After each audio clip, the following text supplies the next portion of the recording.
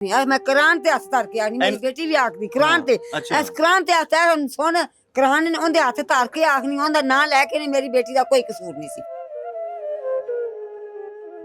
वो सन धमकियां लांदा सी, आखदे सन मारदियां धमकियां लांदा, कुछ नहीं करता चौकार कुछ नहीं तेनू आखदा, आखिरकार कर ही दिता सने। मां बनी है कादी मां अपना आप ही ढिड भरदी पई कादी मां गरीबां तो वेखदी नहीं आ वोट लैन भजदे हुंदे ने। हुण कोई नहीं आया, हुण ये नहीं पता उन्हां ते क़यामत डुगी है।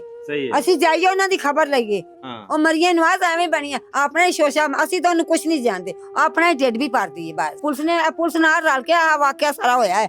ਪੁਲਿਸ ਨਾਲ ਰਲੀ ਹੋਈ ਹੈ, ਪੁਲਿਸ ਨੇ ਸੂਰ ਖਾਦਾ ਹੈ।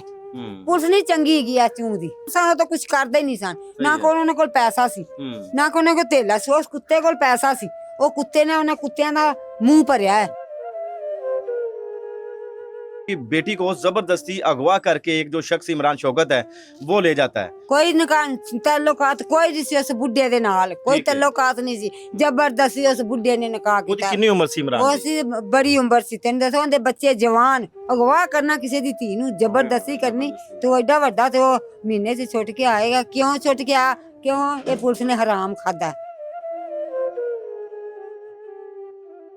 नाज़रीन, जो नानियों को नवासे बड़े प्यारे होते हैं और अपनी बेटियां भी बड़ी प्यारी होती हैं। यहाँ पर चार हुए हैं। ये जो मेरे साथ बूढ़ी खतून बैठी हैं, एक इनकी बेटी, इनका दामाद, एक इनकी जो नवासी और एक नवासा होता है। उनका कसूर क्या होता है कि उनकी बेटी को ज़बरदस्ती अगवा करके एक जो शख्स इमरान शौकत है वो ले जाता है और उसके ऊपर यहाँ पे मुतलका थाने चौंग में उसके ऊपर FIR भी दर्ज होती है, मगर पुलिस कोई कार्रवाई नहीं करती। वो बार कहता रहता है इसी मोहल्ले में आके कि मैं सबको मार दूंगा। आखिरकार उसने सबको मार दिया, मगर इन गरीबों की कोई ना सुनी गई। और इनको मीडिया के पर भी बड़ा गुस्सा है, बड़ा अफसोस है कि हमारे जो मीडिया वाले हैं वो घरों में बैठ के व्लॉग करते हैं और गलत अफवाहें फैला रहे हैं। हकायक क्या हैं, इन माँ जी की ज़ुबानी जानेंगे कि असल हकायक क्या थे। माँ जी, असल गल की सी ਜਿਹੜੀ ਗੱਲ ਅਸੀਂ ਸੁਣਦੇ ਆ ਰਹੇ ਹਾਂ ਕਿ ਸਮੀਆ ਬੀਬੀ ਦਾ ਤਲਕ ਸੀ ਇਮਰਾਨ ਦੇ ਨਾਲ, ਉਹਨੇ ਨਿਕਾਹ ਕੀਤਾ? ਨਹੀਂ ਕੀਤਾ। ਤੁਸੀਂ ਸਹੀ ਗੱਲ ਦੱਸੋ ਕੀ ਨਹੀਂ ਕੀਤਾ। ਕੋਈ ਨਿਕਾਹ ਤਲੁਕਾਤ ਕੋਈ ਨਹੀਂ ਸੀ ਉਸ ਬੁੱਢੇ ਦੇ ਨਾਲ, ਕੋਈ ਤਲੁਕਾਤ ਨਹੀਂ ਸੀ, ਜ਼ਬਰਦਸਤੀ ਉਸ ਬੁੱਢੇ ਨੇ ਨਿਕਾਹ ਕੀਤਾ। ਉਹਦੀ ਕਿੰਨੀ ਉਮਰ ਸੀ ਇਮਰਾਨ ਦੀ? ਉਹ ਸੀ ਬੜੀ ਉਮਰ ਸੀ, ਤੈਨੂੰ ਦੱਸੋ ਉਹਦੇ ਬੱਚੇ ਜਵਾਨ।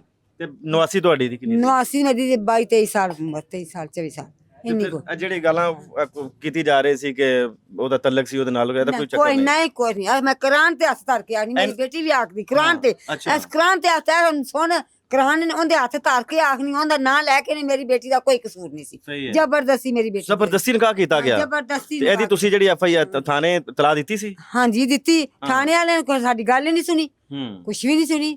ਉਹ ਸਾਨੂੰ ਧਮਕੀਆਂ ਲਾਂਦਾ ਸੀ, ਆਖਦੇ सन ਮਾਰਦੀਆਂ ਧਮਕੀਆਂ ਲਾਉਂਦਾ, ਕੁਛ ਨਹੀਂ ਕਰਦਾ ਚੌਕਾਰ ਕੁਛ ਨਹੀਂ ਤੈਨੂੰ ਆਖਦਾ, ਆਖਿਰਕਾਰ ਕਰ ਹੀ ਦਿੱਤਾ ਸਨੇ। ਕਰ ਹੀ ਦਿੱਤਾ। ਇੰਨਾ ਵੱਡਾ ਵਾਕਿਆ ਹੋ ਗਿਆ ਮਾਂ ਜੀ ਇੱਥੇ ਲਾਹੌਰ ਦੇ ਵਿੱਚ ਹੀ ਕਿ ਇੱਥੇ ਤੁਹਾਡੇ ਕੋਲ ਕੋਈ ਮਰੀਮ ਜਿਹੜੀ ਕਹਿੰਦੀ ਹੈ ਕਿ ਮੈਂ ਸਾਰੇ ਪੰਜਾਬ ਦੀ ਮਾਂ ਵਾਂ। ਹਾਂਜੀ ਮਾਂ ਬਣੀ ਹੈ, ਮਾਂ ਬਣੀ ਹੈ ਕਾਦੀ ਮਾਂ ਆਪਣਾ ਆਪ ਹੀ ਢਿੱਡ ਭਰਦੀ ਪਈ ਕਾਦੀ ਮਾਂ ਗਰੀਬਾਂ ਤੋਂ ਵੇਖਦੀ ਨਹੀਂ। ਉਹਦਾ ਕੋਈ ਨੁਮਾਇੰਦਾ ਆਇਆ ਤੁਹਾਡੇ ਕੋਲ? ਕੁਛ ਨਹੀਂ ਆਇਆ। ਕਿਸੇ ਸ਼ਾਦੀ ਲੋੜ ਹੈ ਕਿ ਨਹੀਂ ਹੈ, ਕੋਈ ਇਨਸਾਫ ਚਾਹੀਦਾ ਕਿ ਨਹੀਂ ਚਾਹੀਦਾ? ਨਾ ਕੋਈ ਚੂੰਗੂ ਚ ਆਇਆ ਨਾ ਉਹਨਾਂ ਤੋਂ ਕੋਈ ਨਹੀਂ ਆਇਆ। ਰਾਤ ਪੈ ਗਈ ਦਿਨ ਚੜ ਗਿਆ, ਕੋਈ ਨਹੀਂ ਆਇਆ। ਜਿਹੜੇ ਵੋਟ ਲੈਣ ਆਉਂਦੇ ਸੀ ਕੋਈ ਨਹੀਂ? ਕੋਈ ਵੀ ਨਹੀਂ ਆਇਆ। ਵੋਟ ਲੈਣ ਭੱਜਦੇ ਹੁੰਦੇ ਨੇ, ਹੁਣ ਕੋਈ ਨਹੀਂ ਆਇਆ। ਹੁਣ ਇਹ ਨਹੀਂ ਪਤਾ ਉਹਨਾਂ ਤੇ ਕਿਆਮਤ ਡੁੱਗੀ ਹੈ। ਅਸੀਂ ਜਾਈਏ ਉਹਨਾਂ ਦੀ ਖਬਰ ਲਈਏ, ਕੋਈ ਨਹੀਂ ਆਇਆ। ਹੁਣ ਇਸ ਘਰ ਦੇ ਵਿੱਚ ਟੋਟਲ ਸਿਰਫ 2 ਹੀ ਬੱਚੇ ਨੇ? ਬਸ ਦੋਵੇਂ ਹਾਫਜ਼ੇ ਕੁਰਾਨ ਨੇ? ਹਾਂ, ਦੋਵੇਂ ਹਾਫਜ਼ੇ ਕੁਰਾਨ। ਇਹ ਦੂਤੀ ਹੋਰ ਕਿਹੜੀ ਗੱਲ? ਉਹਨਾਂ ਨੂੰ ਕੁਰਾਨ ਨੇ ਬਚਾਇਆ, ਜਿਹੜੇ ਕੁਰਾਨ ਪਾਕ ਦੇ ਹਾਫਿਜ਼ ਉਹਨਾਂ ਕੁਰਾਨ ਨੇ ਬਚਾਇਆ। ਤੇ ਸਾਹਿਬ ਮੇਰੀ ਬੇਟੀ ਦੀ ਤੁਹਾਡੇ ਅੱਗੇ ਮੈਂ ਹੱਥ ਖਾਨੀ ਆ, ਮੇਰੀ ਬੇਟੀ ਗਲਤ ਤੇ ਨਾ ਫਾ ਨਹੀਂ ਅਡਾਣੀ।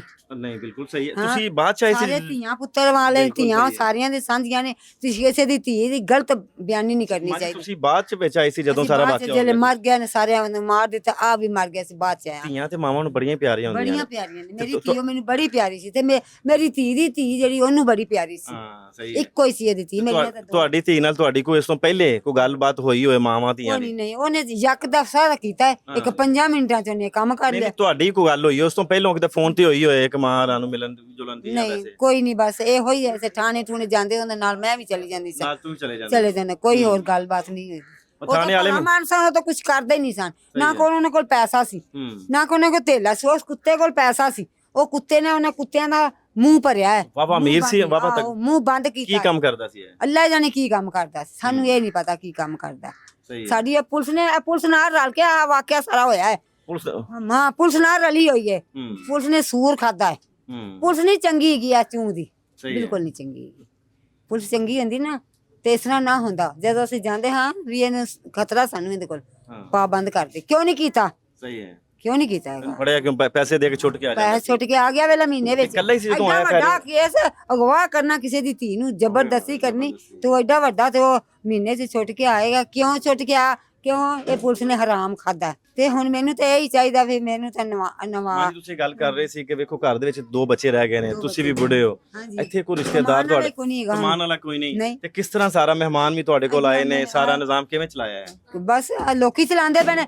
ਗਰੀਬ ਜਿਹੜੇ ਆਵਾਮ ਹੈ ਨਾ ਉਹ ਬਿਹਤਰ ਹੈ ਅਮੀਰਾਂ ਨਾਲੋਂ। ਸਹੀ, ਆਪਸ ਚ ਮਿਲ ਜੁਲ ਕੇ। ਹਾਂਜੀ, ਜਿਹੜੀ ਗਰੀਬ ਆਵਾਮ ਹੈ ਨਾ ਬਿਹਤਰ ਹੈ ਅਮੀਰਾਂ ਨਾਲੋਂ। ਮਤਲਬ ਜਿਹੜੀ ਮਾਂ ਕਹਿੰਦੀ ਹੈ ਮੈਂ ਸਾਰਿਆਂ ਦੀ ਮਾਂ ਵਾਂ, ਉਹ ਬਸ ਐਵੇਂ ਨਾਂ ਦੀ ਨਾਂ ਉਹ ਨਾ ਮਾਂ ਉਹ ਐਵੇਂ ਹੀ ਬਣੀ ਹੈ। ਹਾਂ। ਉਹ ਮਰੀਏ ਨਵਾਜ਼ ਐਵੇਂ ਹੀ ਬਣੀ ਹੈ। ਆਪਣਾ ਹੀ ਸ਼ੋਸ਼ਾ, ਅਸੀਂ ਤੁਹਾਨੂੰ ਕੁਝ ਨਹੀਂ ਜਾਣਦੇ, ਆਪਣਾ ਹੀ ਢਿੱਡ ਵੀ ਭਰਦੀ ਹੈ ਬਸ। ਮਤਲਬ ਤੁਹਾਡਾ ਕੋਈ ਸਾਥ नहीं ਸਾਡਾ किया। ਕੋਈ ਸਾਥ ਨਹੀਂ ਕੀਤਾ। ਕੋਈ ਅਕਲ ਦੀ ਆਈ ਹੈ ਕਿਸੇ ਨੂੰ ਕੱਲਿਆ ਸੂ। नाज़रीन, आपने मुकम्मल कहानी सुनी है कि ये जो मेरी माँ जी हैं, ये सबकी माँ जी हैं, और इनकी आंखों की देखिएगा कि आंखों से आंसू खुश्क हो चुके हैं, गला भी खुश्क है। कल की बोल रही हैं कि हमारे साथ ये इतना बड़ा जुल्म हो गया, मगर यहाँ पर लाहौर बिल्कुल पास ही है। मरियम साहबा तख्ते लाहौर ही माना जाता है आपका, और ये गिला भी कर रही हैं कि आप तो सिर्फ नाम नहाद माँ हैं, सिर्फ वादा करती हैं कि मैं माँ हूँ, यहाँ पर कोई भी नहीं आया। और यहाँ पर जितने सियासी लोग हैं, जो आपके करिंदे हैं, जो मेम्बरान हैं, यहाँ पर कोई नहीं आया। जो असल हकायक ये थे कि जो इमरान शौकत है वो एजड था, उसकी उम्र ज़्यादा थी। जो समिया बीबी है उसकी उम्र तकरीबन 23 से 24 साल थी, और उसने ज़बरदस्ती निकाह किया हुआ था समिया के साथ। और समिया के घर वालों ने, जो उसका वालिद अली खान है, उन्होंने यहाँ पर मुतलका थाने चौंक में उनके खिलाफ मुकदमा भी दर्ज करवाया हुआ था, मगर यहाँ की जो मुतलका पुलिस है उसके कान के ऊपर जूं तक नहीं रेंगी। जैसा कि माँ जी कह रही हैं कि उन्होंने सास बस करके अगर उसको पकड़ा होता तो ये वकूआ ना होता। वो तो यहाँ पे बार बार आके धमकियां भी लगा रहा था कि मैं सबको मार दूंगा। वो अपने वादे पे पक्का निकला, मगर हमारी जो पंजाब पुलिस है उसने बिल्कुल इनको इंसाफ नहीं दिया, और वो अपनी तमा नफसानी में लगी रही और उसको सहूलियात फराहम करती रही। अब यहाँ पर एक नहीं बल्कि 4 यहाँ से जनाजे निकले हैं, और कोई भी है, पुलिस सिर्फ यहाँ पे आ रही है और अपनी एफिशिएंसियाँ दिखा रही है। कहीं को हमारी बात ना कर दे। जैसे कि माँ जी ने कहा है कि पहले जो FIR हुई थी, अगर उसको पकड़ा जाता तो ये वकूआ बिल्कुल ना होता और इन गरीबों को इंसाफ दिया जाता, क्योंकि ये मुल्क गरीबों के लिए है ही नहीं। यहाँ पे किसी को इंसाफ ही नहीं मिलता। आप जेब में पैसे डाल के ले जाएं, बस थानों में जाए, कचहरियों में जाए, बस फिर तमाशा आप देखते जाएं, और गरीबों का तमाशा यहाँ पर हर जगह पे बनाया जाता है। इनको इंसाफ नहीं दिया जाता। ये सिर्फ हकायक थे। जो लोग कुछ मीडिया पे बैठ के बातें कर रहे थे कि समिया के जो हैं वो इमरान के साथ कुछ तलकात थे, उस तलकात की बिना पे उसने पसंद की, शादी की हुई थी।